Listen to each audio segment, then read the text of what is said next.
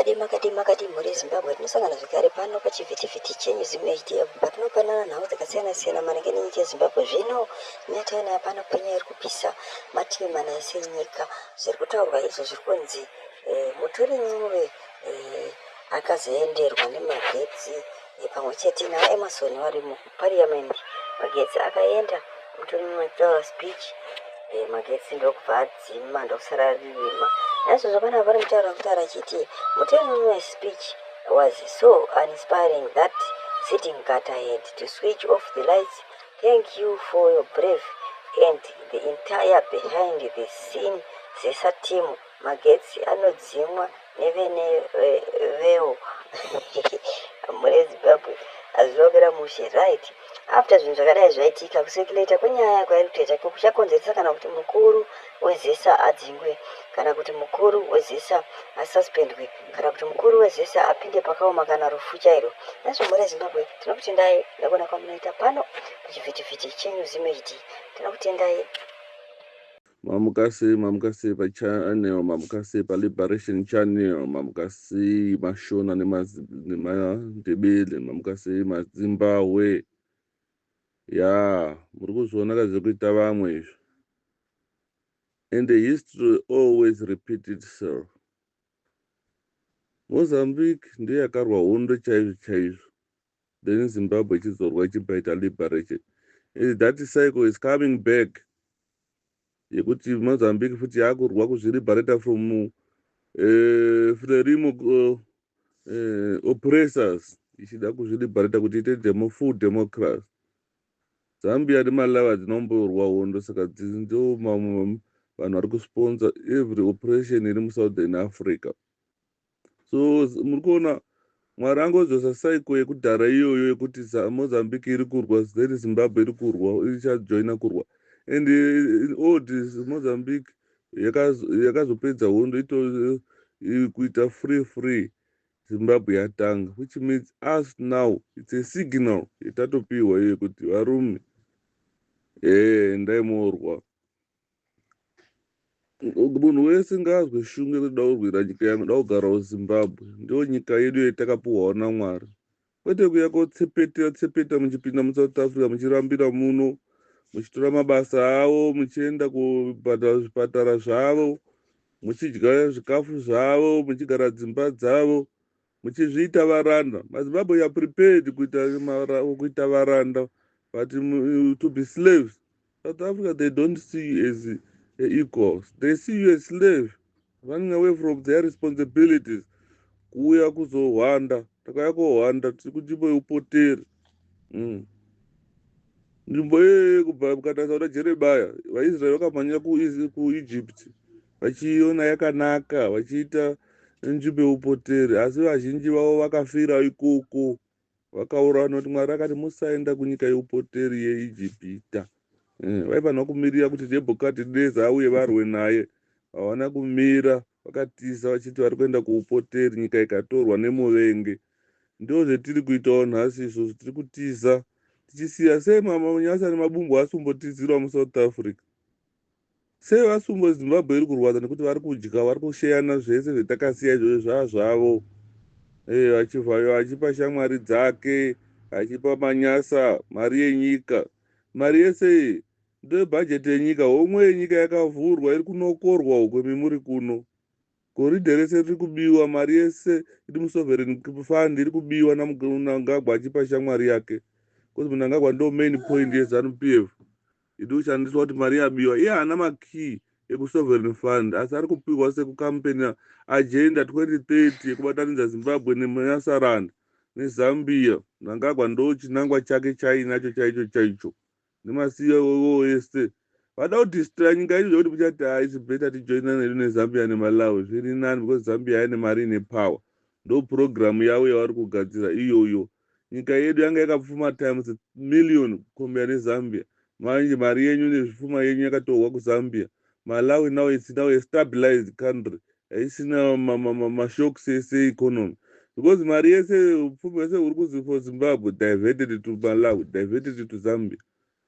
Ungati chibva yangaita munhu anopa vanhu anoona kupi mari. hapana basa ritoziva nemusoro raanoita kana Bill Gates akwanisa kuzviita kwaamerica. Iyi homwe yenyika yakavhurwa, homwe yenyika haichasungwi muromo, yakumorwa nemunhu wese wese wekumalawi. Ngatiende kuhondo arume, ngatiise mari papurogiramu iyi tione kuenda kumusha. Mukaona chairman akazofunga kuti akutsvaga madhona ekuti murwirwe nehondo, madhona iwo achakutonga iwawo. Saka chairman asingadi kutonga, asingadi kuti tiotsvage madhona, because after dhona ratipa mari richatipa maconditions. Maconditions acho ndeyekuti murambe muri poor, because these rich people who can donate money, they always want you to be poor so that you become their customers.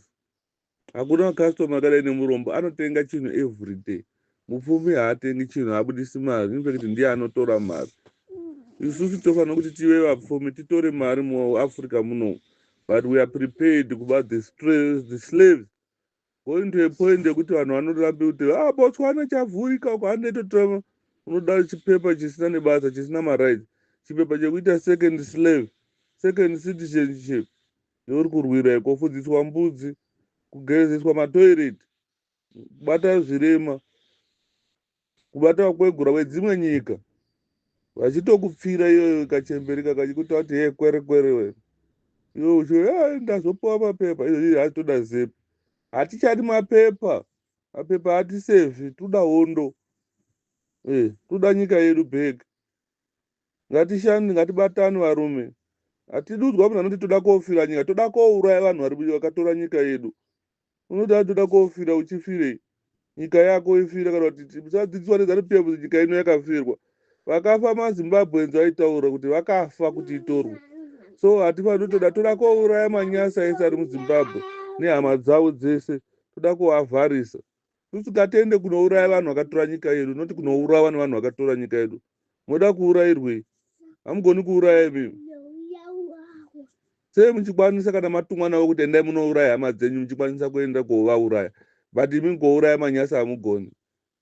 Maoko enyu akaita sei? Ane wadzira dzekuti akautarisa munyasa kutoti haachatogoni kubata kana tsvimbo yekumurova kana dombo rekumurova.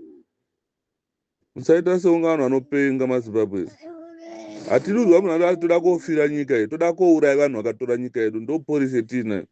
Muri kuona vaMozambique pakauraya 1 civilian against 3 policemen, ndo ratio yetinoda iyoyo, kwete kuti hazi 3 civilian against 1 policeman. Vakaurayirwa munhu 1 vakauraya mapurisa 3 ipapo pastation ipapo, zvichireva kuti it's a victory. Tinozwa mweya kuti hazi tichafira nyika yedu, ngatitize tiende kohwanda tione upenyu huri nani. Mapoints anoshandiswa maZimbabwe hatina kubata. Those words were written down by Nyasa agents like Jonathan Moyo achiita izvozvo. So ngatirwire nyika yedu, ngatiite zvakanaka panyika yedu. Siyanai nezvese zvekushandisa mawedzi akasonyorwa neZANU-PF. Mugabe mawedzi aiita rhetorics achadzokerera yaya aitoplanwa neZANU-PF. Iye as a chief agent ndopaizoenda kunorwira vachikwanisa kuita zvinhu izvozvo, achidzidzokerera achizviita. Moziva maMuslims vanoita, they propagate an idea muvana vavo kana mhama dzavo nekuidzokera everyday vachitoti parhetorics. Aramba vachidzokera kuti maZimbabwe vari weak, maZimbabwe vagoni kurwira nyika ino, Zimbabwe ndeyeropa. Hakuna unogona kuenda pastate house hapasviki, vachiita kunyorera hama dzavo naSimon Chibet manyasa kuti kustate house kure, kuti mutye mutizire kuSouth Africa muchiti hazi kustate house iri muZimbabwe iri kure, asi muSouth Africa iri padhuze, Zambia iri padhuze, Botswana iri padhuze, but state house yedu iri kure. Saita zviro zvekupenga vaimimi. Makakwana mese muri, even in the world we are very strong, but strong yekoshandira imwe nyika, strong yekogara kwedzimwe nyika, strong yekuchakwenda state house uri kuZimbabwe chizi kure neZANU-PF. All those sayings vakanyorwa neZANU-PF kuti muite aiswa mumisoro yenyu ite madhanda hedi. Now izvozvi mushona akaona mundevere kuti hazi mundevere akaipa, mundevere akaona mushona kuti mushona akaipa, nekuti maidzidziswa izvozvo otora munyasa omudzidzisa chindevere, ouya orova mashona ouraya, oti mundevere watiuraya. Otora mushona mandevere wadzidzisa shona oenda nawo kubhulawayo ouraya mandevere. Next thing mundevere oti mushona handidi kubona. Takabatana mawedzi ese negativity ngaabviswe pamuromo muZimbabwe. ukaona muzimbabwe anoti kustate house kure murove muromo mutaura kuti iwe pastate house avo panofambika netsoka asi woti south africa kuda kukwirwa 2 days uri kudzira woti padhuze kuti ikokoko ngatiise mari papurogiramu iyi hatidi zvekuisa madhona because kana musikadi madhona haashupi kutsvaga asi ndo achakutonga imadhona ivavo akaundi iyi yakashupa kuita not because kuvhura akaundi musouth africa kuri is the easiest way but kuvhura akaundi iri secured kunoshupa sei ukadza chinhu chiri secured ndozamakaona zvichipedza nguva it was because of security reasons saimi mukati hatidi kuisa mari ukazoya dhona rinoti toda kuisa mari rikazokutonga ine vana venyu musazoti zvinhu zvakataane muwengi futi munyowani hatisi kuda dhona panapa because dhona richakutonga richatonga vana venyu richashungurudza vakadzi venyu richakuitai varanda richikupai maconditions ekuti musabudirira toda a free zimbabwe free like saudi arabia free like qatar free like britain like america kuti macitizens ane access to everything hatikuda freedom yakafanana nemusouth africa freedom yakafanana nemuzambia neemalawi neetiri yemuzimbabwe toda freedom yekuti vazimbabwe muve muri free to everything nokuti kupiwa maconditions aida kusouth africa kuzi kune nzvimbo dzisingabvumidzwi vasouth african kuenda kune mabasa asingabvumidzwi vasouth african kusevenza kune medication yavasingabvumidzwi kune motikari dzavasingabvumidzwi kudriver they are still under colonial system inonzi neo-colonialism inoti hatitoda donaism muzimbabwe toda kuti mazimbabwe muzvisunungure mega mubike chikafu chenyu tizvitengere mishonga yedu tizvitengere dzimotikari dzedu tipedzise kuvhura radio channel netv mastages ese parodiwa mari kuti tichikwanisa kuvhura maoffices ndii muchashanda ikoko vamwe venyu vachatonga vakuzotoshanda ikoko